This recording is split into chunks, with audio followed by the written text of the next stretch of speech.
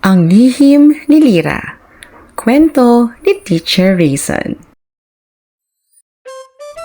Si Lyra ay isang tahimik na batang babae sa ikatlong baitang. Mabait siya, matalino at may kakaibang talento. Napakahusay niyang gumuhit. Sa bawat pahina ng kanyang kwaderno, makikita ang makukulay na mundo ng kanyang imahinasyon. Mga kabayong may pakpak, kagubatang puno ng engkanto, at mga bayani sa pantasya.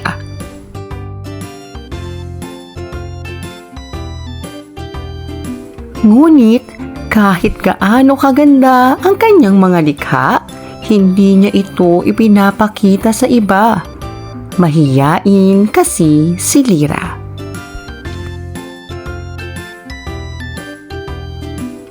Takot siyang husgahan o pagtawanan.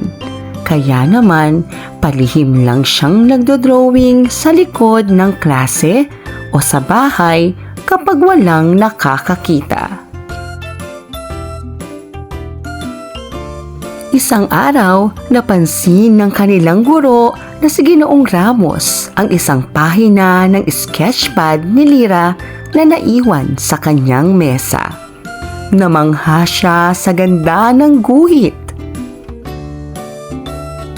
Kinausap niya si Lyra at hinimok itong sumali sa gaganaping art contest sa kanilang paaralan. Ayoko po, hindi po ako magaling. Nahihiyang sagot ni Lyra.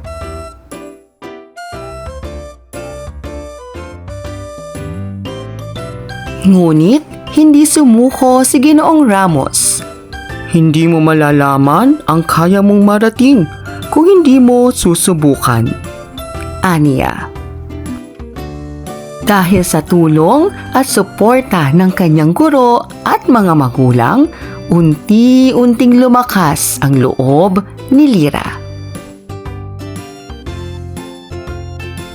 Sumali siya sa patimpalak at sa kabila ng kaba, buong puso niyang ipininta ang kanyang obra. Sa huli, siya ang nanalo ng unang gantimpala. Simula noon, hindi na niya ikinubli ang kanyang talento. Natutuhan niyang magtiwala sa kanyang sarili at hindi kailangang matakot ipakita ang totoo mong galing.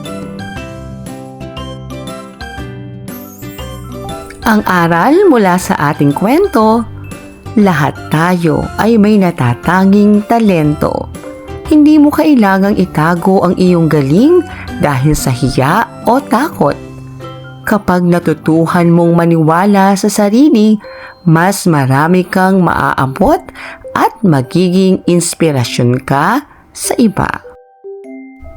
Hanggang sa muli mga bata, salamat sa inyong pakikinig.